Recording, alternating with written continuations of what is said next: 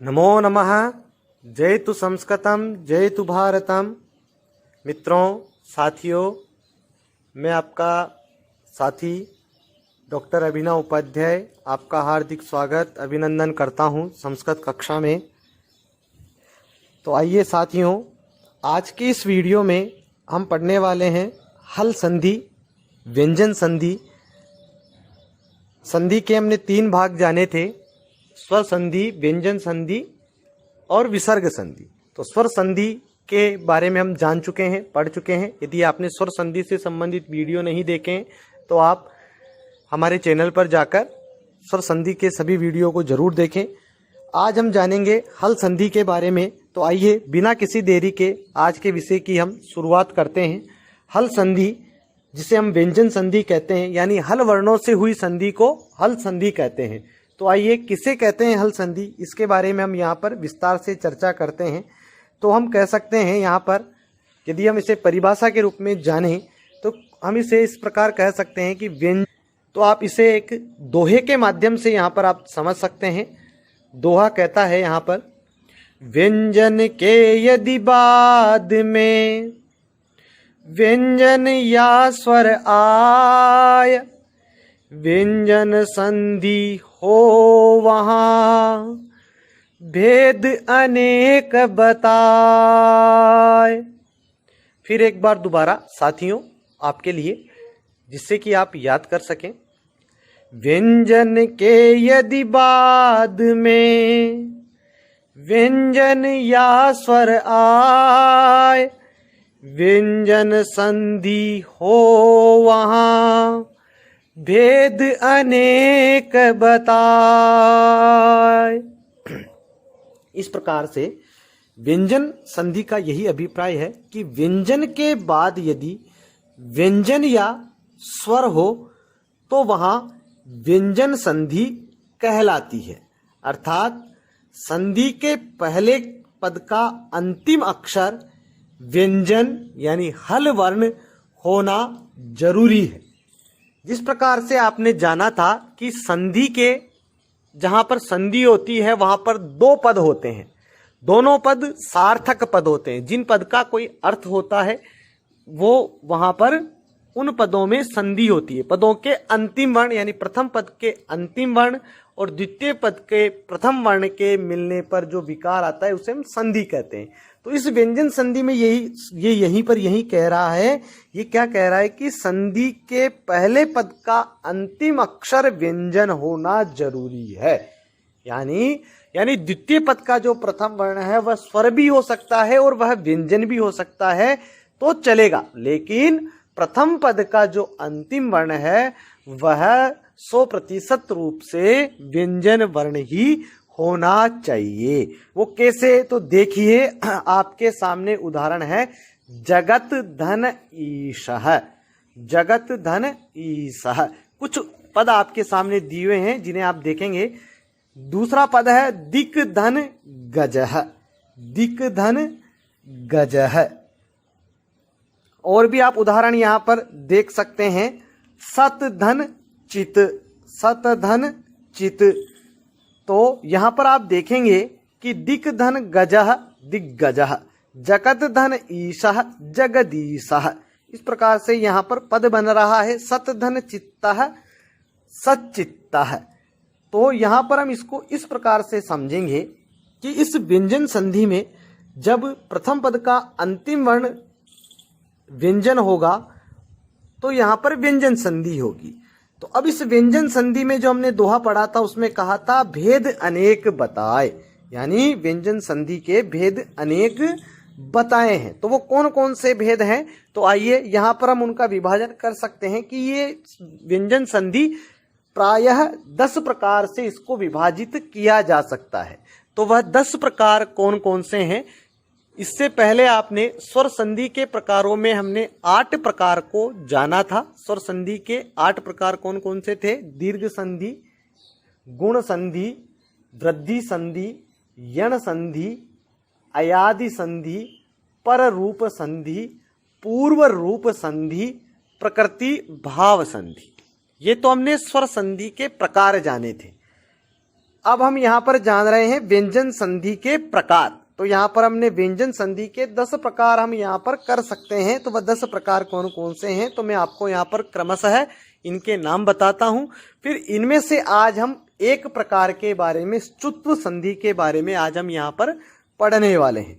तो आइए, तो सबसे पहला है ष्टुत्वम, दूसरी संधि है ष्टुत्वम, तीसरी संधि है जरित्वम, चौथी है चतुर्वम, पांचवी है छत्वम, छठा प्रकार है पूर्व सवर्ण है, सातवां प्रकार है पर सवर्ण है, आठवां है अनुस्वार है, नौवां है आगम विशेष है, 10वां है ऋत्वम। इस प्रकार से हल संधि में ये 10 परिस्थितियां बनने पर 10 प्रकार की संधियां होती है। तो इनमें से आज हम ष्टुत्व संधि के बारे में यहाँ पर पढ़ने वाले हैं। ष्टुत्व संधि, इसका सूत्र है स्तो श्चुना श्चुहु। इस सूत्र के अनुसार यहाँ पर यदि हम इसकी परिभाषा देखेंगे तो ये किस परिस्थिति में होगी इसे आप जानेंगे। यदि त वर्ग से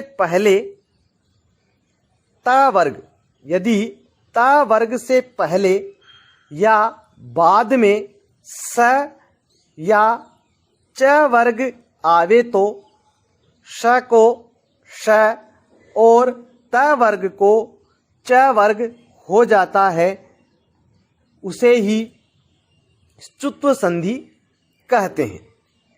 उसे ही हम ष्टुत्व संधि कहते हैं। तो अब आप यहाँ पर समझ सकते हैं, परिभाषा को यदि हम दोबारा विस्तार से समझें तो यहाँ पर सीधी सी परिस्थिति लिखी हुई है।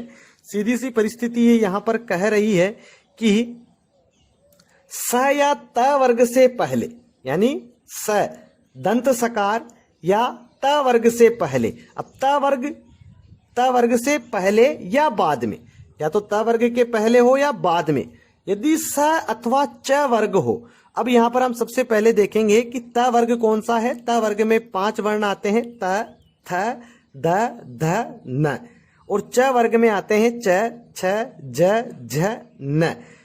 तो आपको ये 2 वर्ग याद रखने हैं यहाँ पर। तो हमारी परिभाषा यही थी, स या त वर्ग से पहले या बाद में स अथवा च वर्ग हो तो स का श और त वर्ग का च वर्ग बन जाते हैं। तो आपको यही ध्यान रखना है। तो कुछ उदाहरण के द्वारा हम इनकी प्रक्रिया को यहाँ पर, इसको, इस परिभाषा को हम देखते हैं, इसको हम प्रमाणित करते हैं। तो हमारे सामने कुछ उदाहरण है। पहला उदाहरण है कस धन चित्तः, कस धन चित्तः, तो हो गया कश्चित। दूसरा उदाहरण है सत धन चरित्र, सच्चरित्र। फिर तीसरा उदाहरण है सद धन जनः, सज्जनः। फिर इसके बाद आगे वाला उदाहरण है, वह देखेंगे आप, सारंगिन प्लस जय, सारंगिन जयः। तो इन उदाहरणों की प्रक्रिया को अब हम यहाँ पर देखते हैं। जो हमने परिभाषा जानी थी, तो उस परिभाषा को आप एक दोहे के माध्यम से भी आप यहाँ पर समझ सकते हैं। तो आइए मैं पहले इन उदाहरणों को आपको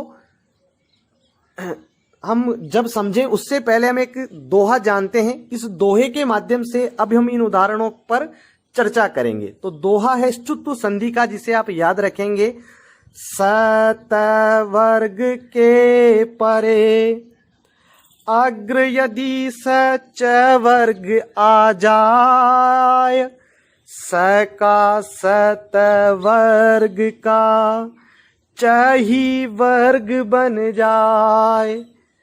तो ये यही कह रहा है कि यदि स या त वर्ग से पहले या बाद में स अथवा च वर्ग हो तो स का स और त वर्ग का च वर्ग बन जाता है। तो हमारा यहाँ पर सीधा सा है, आप एक सारणी देखिए, इस सारणी के माध्यम से आप इसे समझ सकते हैं।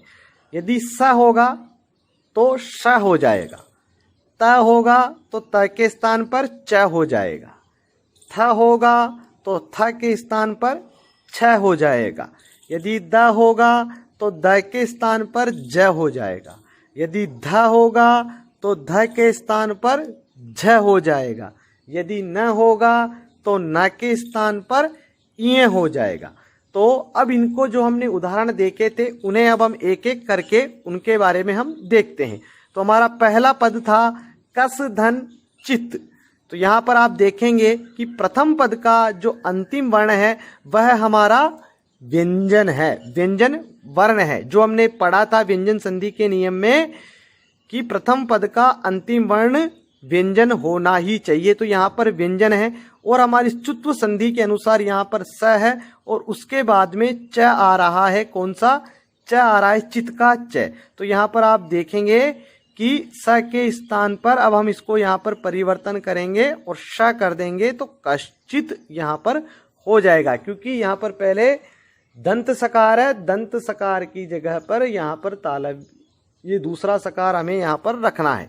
फिर दूसरा उदाहरण था हमारे सामने सत धन चरित्र है। तो यहाँ पर भी ऐसा ही है, ता के स्थान पर च हो जाएगा। जो हमने देखा था ता के स्थान पर च हो जाएगा तो सच्चरित्र यहाँ पर संधि होगी और संधि का नाम होगा चुत्व संधि। इसी प्रकार अगला उदाहरण था सद धन जन है। तो यहाँ पर आप देखेंगे कि प्रथम वर्ण व्यंजन वर्ण है और उसके बाद आगे का जो वर्ग है वह च वर्ग है। तो यहाँ पर द का क्या हो जाएगा? ज हो जाएगा। तो आप देखेंगे द के स्थान पर हम ज कर देंगे सज्जन है। तो सज्जन है यहाँ पर रूप बनने वाला है। इसी प्रकार और भी उदाहरण आप यहाँ पर देख सकते हैं। तो कुछ उदाहरण आपके सामने हैं, तो आप देखें। एतत् प्लस जलम, एतत् प्लस जलम, उत प्लस उच्चा, उत प्लस चारणम, उत प्लस चारणम, बृहत् प्लस छादनम,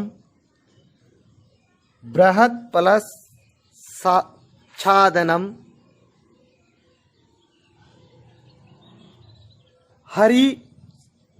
हरीश धन सहिते।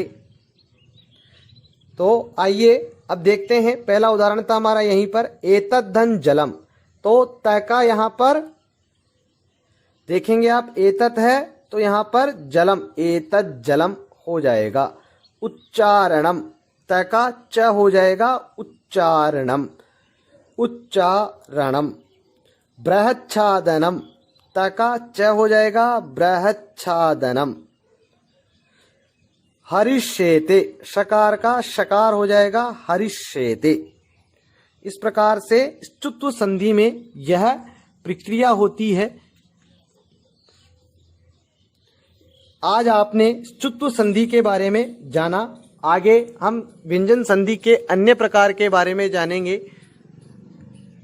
वीडियो को अपने साथियों तक ज़्यादा से ज़्यादा शेयर करें। यदि आप चैनल पर नए हैं तो चैनल को सब्सक्राइब करें। फिर मिलेंगे अगले विषय के साथ। जय तु संस्कृतम, जय तु भारतम, भारत माता की जय।